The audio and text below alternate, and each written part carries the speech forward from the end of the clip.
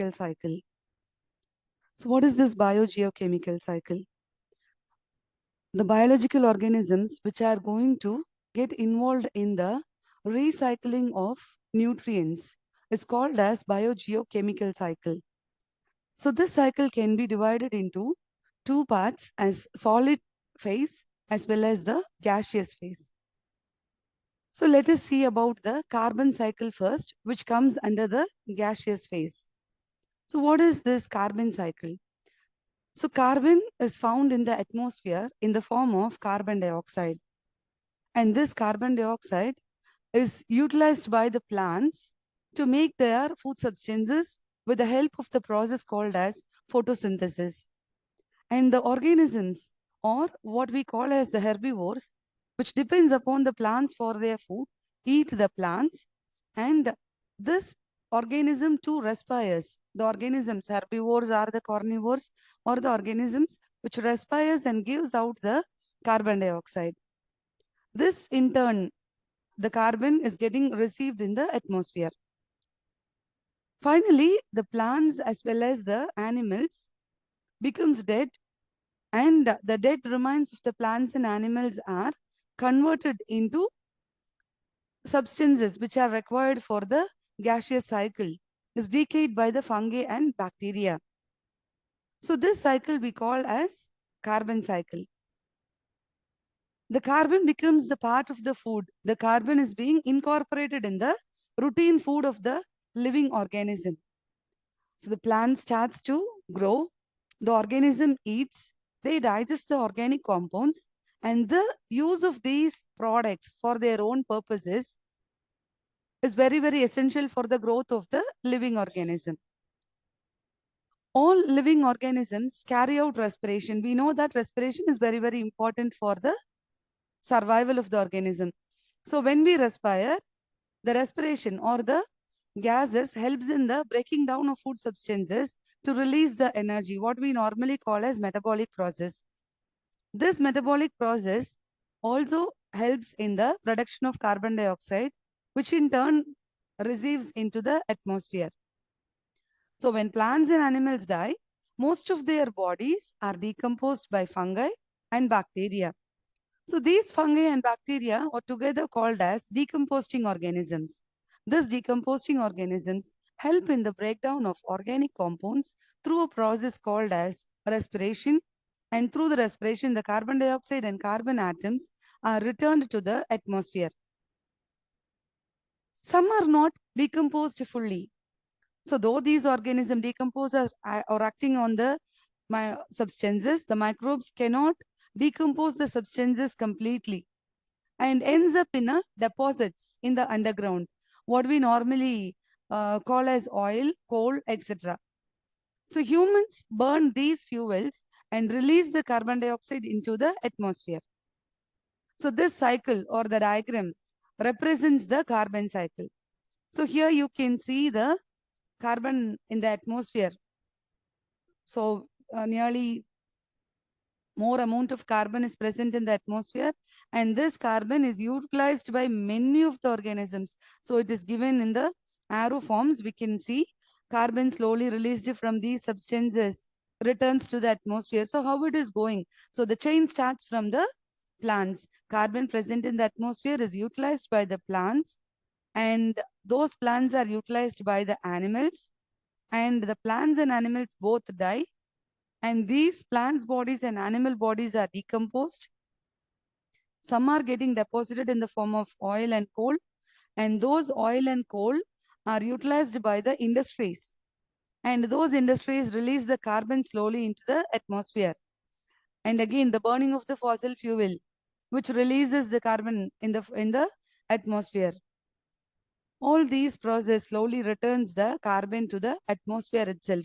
This cycling process only we call as carbon cycle. So this is in the atmospheric form. What we spoke still now was about the atmosphere. How much amount of carbon dioxide is found in the atmosphere and how it is utilized. Everything is dependent upon the atmosphere. Now we move on to the oceanic phase, that is in the water. How much amount of carbon is there in the water, how the carbon is utilized by the organisms, and how from the ocean the carbon or the carbon source is being replaced to the environment. So additional carbon is stored in the ocean. So how the carbon can be stored in the ocean? Many animals pull the carbon from water to use for the formation of their shells. We know that numerous amount of shelled organisms which comes under the phylum Mollusca are found in the marine region or even some in the freshwater also. So these animals die and carbon substances are deposited at the bottom of the ocean. So we can call that ocean contains a large amount of carbon, and it can also be called as Earth's large store of carbon source. Ocean can be called as the Earth's largest store of carbon. So this is again a picture which represents the carbon cycle. And greenhouse gases, we know very well about the greenhouse gas. Greenhouse gas is very, very important, or the talk of the global nowadays, because this greenhouse gas is warming up the globe and helps in the global warming. We cannot say that it is helping, it is deteriorating the entire globe. Anyway, those gases, what is that greenhouse gas? What it is going to do? How it is produced? We'll see that. So greenhouse effect is causing the earth to warm up.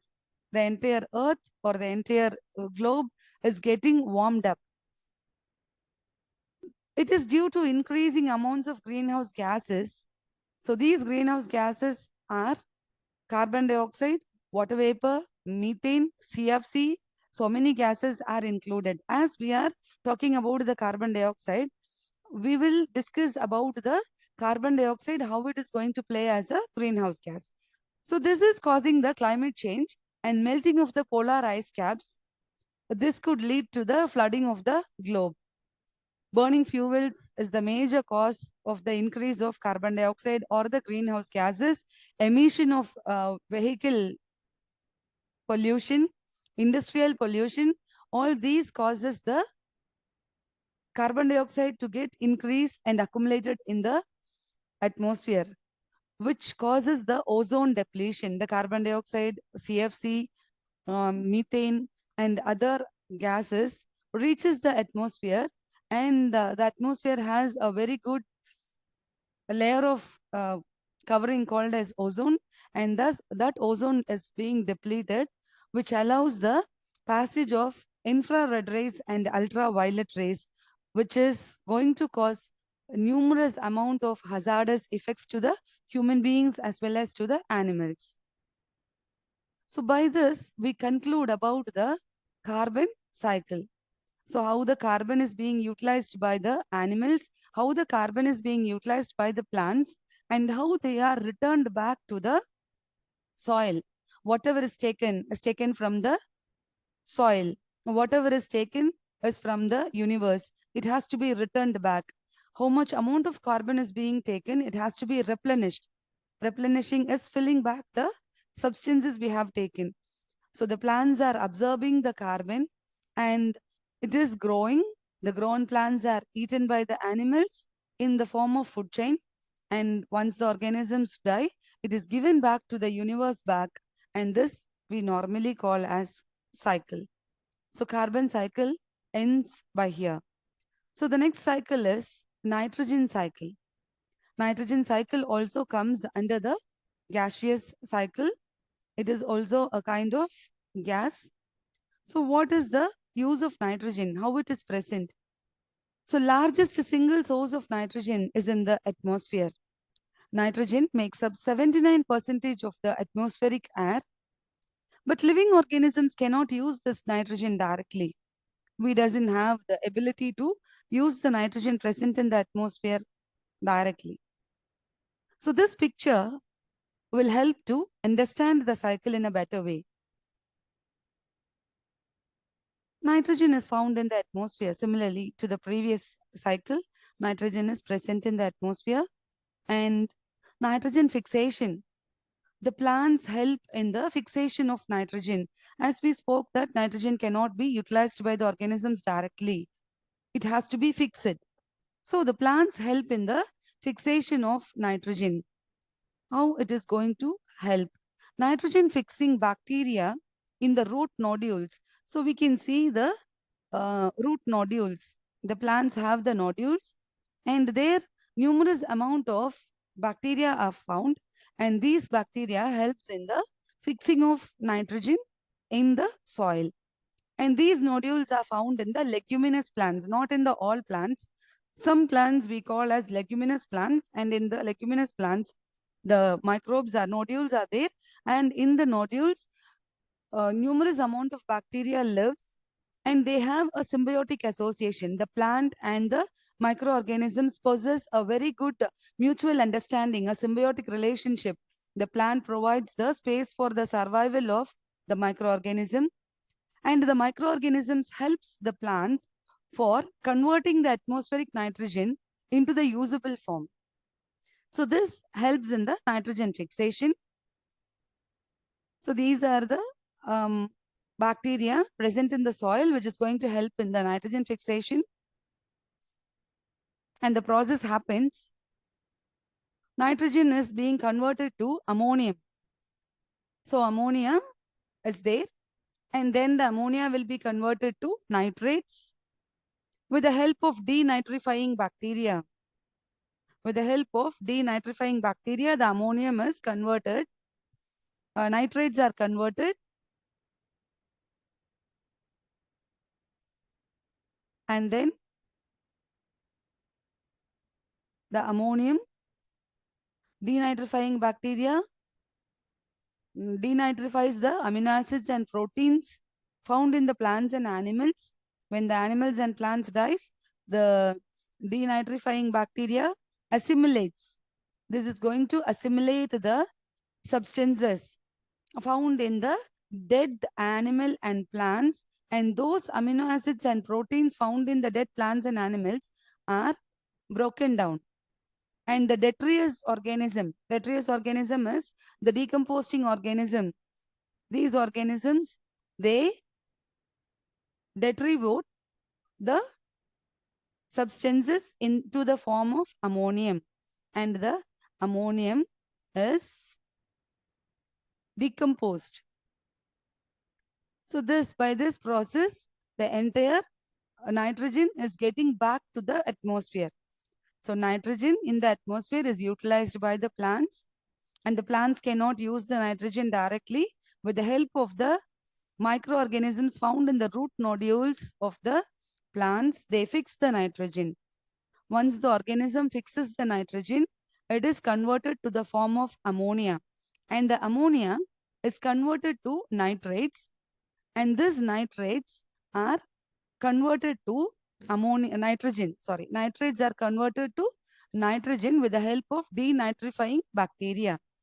And the same time, the nitrates present here are taken up by the animals and plants. When these organisms die, they are converted back into ammonium with the detrivorous organism decomposed and taken back to the ammonium form. And from the ammonium form, the cycle continues again, and it is converted to the nitrogen and given back to the atmosphere. So there are 4 phases in the cycle. First, we spoke about the nitrogen fixation. So the organisms are going to help in the nitrogen fixation. And second comes the decay. That is, decomposing organisms converts the organic nitrogen to ammonium. Nitrification, converting ammonium to nitrates or ammonia. Denitrification, ammonia is converted to nitrate. So microorganisms play an important part in the cycle. So what is nitrogen fixation? The enormous energy of lightning. So by nature gives the lightning. When the lightning happens, it breaks the nitrogen molecules apart and enables the nitrogen atoms to combine with oxygen, which helps in the formation of nitrogen oxide, that is N2O. The nitrogen oxides dissolve in the rain.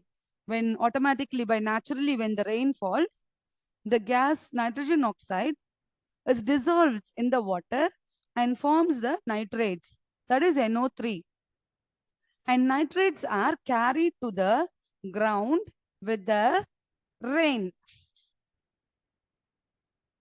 So can you see this? So this will clearly help you to understand how the nitrogen and oxygen is combined, and which helps in the formation of nitrogen oxide and nitrates. So this is the process, how the lightning is fixed to form the nitrogen. So when naturally lightning happens, nitrogen combines with oxygen and it forms nitrogen oxides, and nitrogen oxide dissolve in rain and changes into nitrates, and plants use nitrates for their growth. And industrial fixation, the nitrogen fixation is done by the industries also. Biological fixation, the leguminous plants helps the microorganism rhizobium to live in the roots, and they help in the conversion of nitrogen to the usable form of ammonium ions with the mutual understanding, or in the symbiotic association.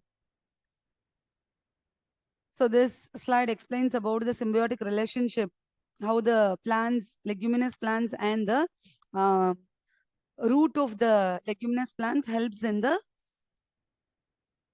presence of bacteria, leguminous bacteria, and these two help in the fixation of nitrogen. So this picture shows the root nodules of the leguminous plants, and the root nodules possess the bacteroids. Nitrogen changes into ammonium with the help of the bacteria. So decay is the next step. Animals acquire their amino acids, and when they eat plants, when they are eating the plants, we get the amino acids whatever we need for our growth. And when the animals and plants die, their remains are utilized by the microorganisms for their food purpose, such as bacteria and fungi, and it converts the nitrogen back into ammonium. So it is restored in the soil once again, and nitrification takes place. Nitrifying bacteria in the soil combines with ammonia with oxygen, and it changes to nitrites. And nitrifying bacteria in the soil converts nitrites to nitrates. Plants absorb nitrates for their growth. So this ammonia is converted to the usable form of nitrate, and the plants are utilizing it. So this picture clearly shows how the atmospheric nitrogen is taken up by the soil. The nitrogen fixing bacteria are there, ammonifying bacteria. They convert the organic material to the ammonium form, and the nitrifying bacteria converts to nitrate, and the nitrate is utilized by the plant root. So see, from the nitrogen form, it is converted to the usable form of nitrate, and the plants are utilizing it where it is converted to amino acids in the body. So denitrification is the next step, which converts nitrates in the soil to the atmospheric nitrogen, that is returning back to the air. From where we have taken, it is being returned to the nature itself, replenishing the nature. So denitrifying bacteria live deep in the soil and in the aquatic sediments, where conditions make it difficult for them to get the oxygen. So there, the denitrifying bacteria converts the nitrogen and give it back to the nitrogen cycle. So this is the acid rain, how the nitrogen cycle is affecting the atmosphere. So human activity have doubled the amount of fixed nitrogen entering the nitrogen cycle in just 100 years. So more amount of nitrogen is being cycled. The manufacture and use of nitrogen fertilizers, combustion of fossil fuels, and forest burning, everything changes the climate. The climate change causes the acid rain, the acidification of the soil, and the loss of soil nutrients, and the acidification of streams and lakes. So all these things, when nitrogen is being converted to nitrous oxide, when water mixes along with it, it causes the nitric acid.